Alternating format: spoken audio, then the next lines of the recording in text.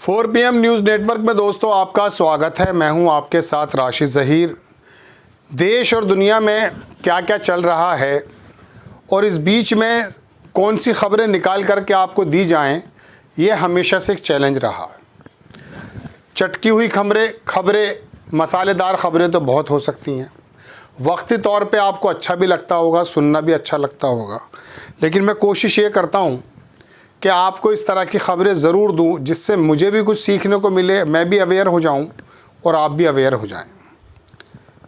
आप देखें, प्रधानमंत्री जी चुनाव में जब आते हैं तो वो प्रधानमंत्री लगते ही नहीं हैं जिनको हम जानते हैं।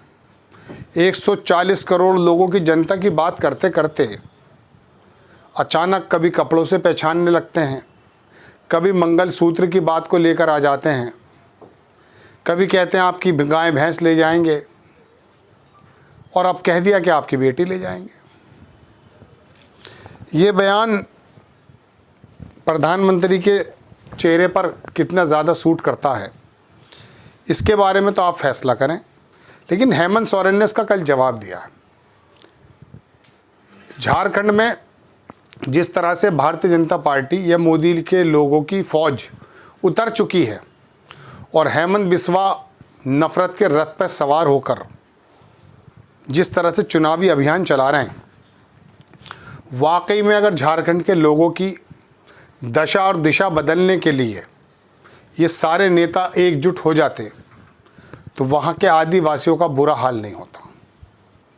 वहाँ के आदिवासियों की ज़मीन पर बैंक लोन देना शुरू कर देते, उनकी हालत पलट जाती, जिसकी मांग हेमंत सोरेन करते हैं। लेकिन नहीं, वहाँ आया कि आपकी बेटी और आपकी रोटी और आपकी माटी, तीनों चीज़ें बता दी हैं। बेटी का जब जिक्र आया तो हेमंत सोरेन का जवाब आया बिल्किस बानो को लेकर। मोदी जी भूल गए, गुजरात की बेटी हो या झारखंड की, वो देश की बेटी है। आप बांग्लादेशियों की घुसपैठिया सरकार बताने पर तुले हुए हैं, जबकि वो जो मुख्यमंत्री है बिस्वा नाम का, उसकी तो सीमा मिलती भी है। वहाँ पर वो जिस प्रकार से बुलडोज़र चला रहा है, उसने झारखंड को भी ऐसा ही मामला समझ लिया है और झारखंड को हिंदू मुसलमान की बुनियाद पर बांटने का काम वो कर रहे हैं। और बेटी के बारे में जब उन्होंने कहा तो हेमंत सोरेन ने बिल्किस बानो का जिक्र किया। मुझे अगर वो छोटा सा वीडियो मिल जाता, मैं आपको दिखाना चाहता हूँ, आप देखिएगा कि उन्होंने कहा बिल्किस बानो को भूल गए आप। ये शब्द मेरे हैं, लेकिन उन्होंने बिल्किस बानो को लेकर कहा कि बेटी के बारे में आपको अधिकार क्या है। रोटी बेटी माटी बचाने क्या ये लोग नारा लगाते हैं। गुजरात में जाके देख लीजिए बिल्किस बानो का वो घटना जहां 25 लोगों ने सामूहिक दुष्कर्म किया, उसके साथ सुप्रीम कोर्ट ने उनको सजा दे दिया। चुनाव में उसको पेरोल पर सब लोगों को छोड़ दिया और माला और टीका पहनाता है। ये आदत है इनकी। वाकई मोदी जी को क्या अधिकार है? जिस बिल्किस बानो के दुष्कर्मियों को आपकी पार्टी का विधायक संस्कारी ब्राह्मण बताने लगे और मालाओं से उसका स्वागत होने लगे और अमित शाह का मंत्रालय उसको बाहर निकालने में इतनी तेज़ी दिखाने लगे, पता चल जाता कि आप बेटी के लिए कितने सजग हो।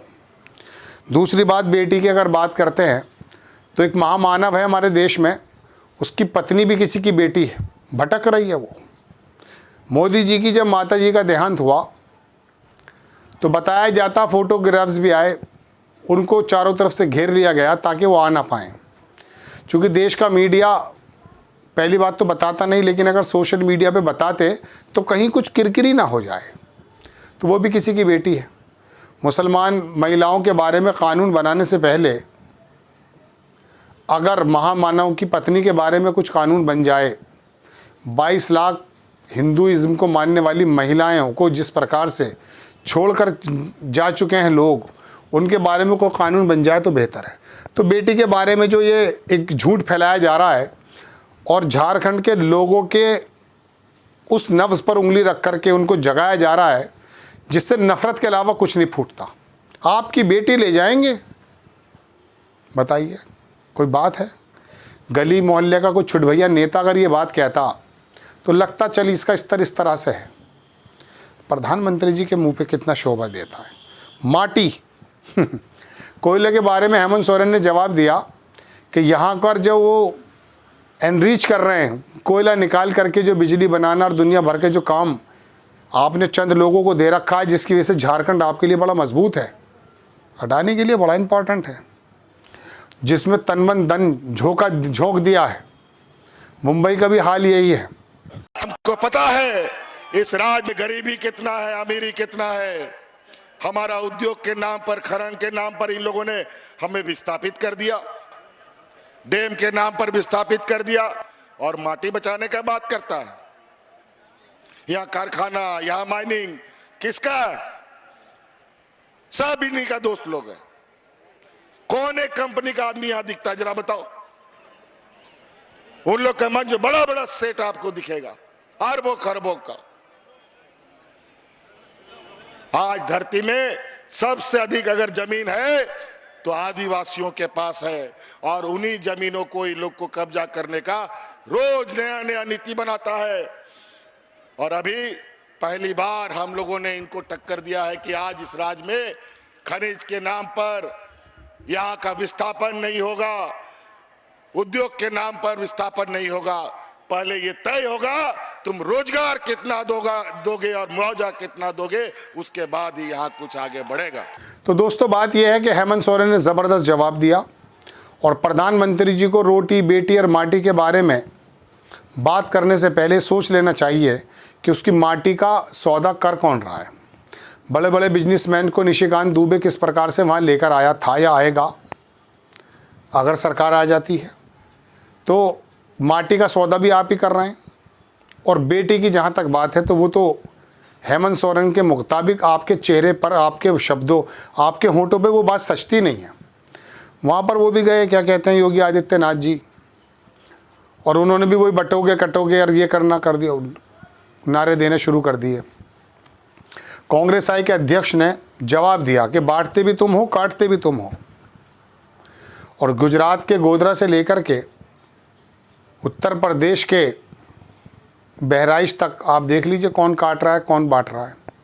80 और 20 का नाम पहले आपने कब सुना है कांग्रेस के वक्त में? 85-15 का नाम आपने कब सुना है? आरएसएस के नेता जो जहर बुनियादों में डाल रहे हैं देश की, और लोगों को धार्मिक पशु बनाकर रख दिया है, बांटने की राजनीति दरअसल वो करवाना है आपसे। तो दोस्तों बात यह है कि हेमंत सोरेन ने भी जवाब दिया मोदी जी की बातों का, और मल्लिकार्जुन खड़गे साहब ने भी जवाब दिया। लेकिन ये लोग क्या नफ़रत की राजनीति करने से बाज आएंगे? अभी ये बिस्वा, शिवराज चौहान और 4-5 मुख्यमंत्री वहाँ के और केंद्रीय मिनिस्टर और दुनिया भर के लोग वहाँ पहुँचे हुए हैं। मैं क्या कि किस योगी आदित्यनाथ, अमित शाह, मोदी जी खुद पहुँचे हुए हैं वहाँ पर, और झारखंड की एक गली को मत कर रख दिया है। कभी हेमंत सोरेन का पर्चा निरस्त कराने की कोशिश की जाती है, कभी उसको पहले जेल भेज दिया गया था, लेकिन उसकी वाइफ और वो लड़ रहे हैं ज़मीन पर, उन्होंने बदल कर रख दी है वहाँ की ज़मीन। लेकिन इसमें भी कोई दो राय नहीं है कि भारतीय जनता पार्टी ने जो आसान से दिखने वाला चुनाव था हेमंत सोरेन के लिए, उसको थोड़ा मुश्किल बना दिया है। ये जो 2 विभागों में, 2 भागों में जो बांट देते हैं ना ये लोग, आकर के काटोगे, बटोगे, मरोगे, खपोगे, जना क्या क्या कहना शुरू कर देते हैं। अब बेटी, नारी, माटी, ये सब बताना शुरू कर दिया है। जवाब तो वो दे रहे हैं, लेकिन गोदी मीडिया एक ऐसा शोर मचा देता है, प्रिंट मीडिया, कि लोगों के पास जानकारी लेने का माध्यम सिर्फ यही है। बांग्लादेश के मुसलमानों को झारखंड में ला के रख रहा है बिस्वा, और नफ़रत बांट रहा है। कैसे कैसे बयान दे रहे हैं, चुनाव आयोग चुप है।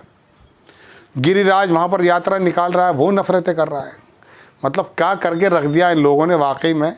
और राहुल गांधी तेलंगाना के अंदर जाति जनगणना की बात कर रहा है ये फ़र्क है। लेकिन आप में से भी कुछ लोगों से गिला है, आप भी दक्षिणपंथ राजनीति को पसंद करते हैं। वो बंदा तेलंगाना में बैठ करके बात कर रहा है, आप लोग कटोगे बटोगे में अटके हुए। आपको खबर कैसी लगी अपनी राय कमेंट्स बॉक्स में ज़रूर दीजिएगा। चैनल को सब्सक्राइब कीजिएगा, शेयर कीजिएगा। नेक्स्ट टाइम मैं किसी खबर के साथ हाजिर होता हूँ। जय हिंद।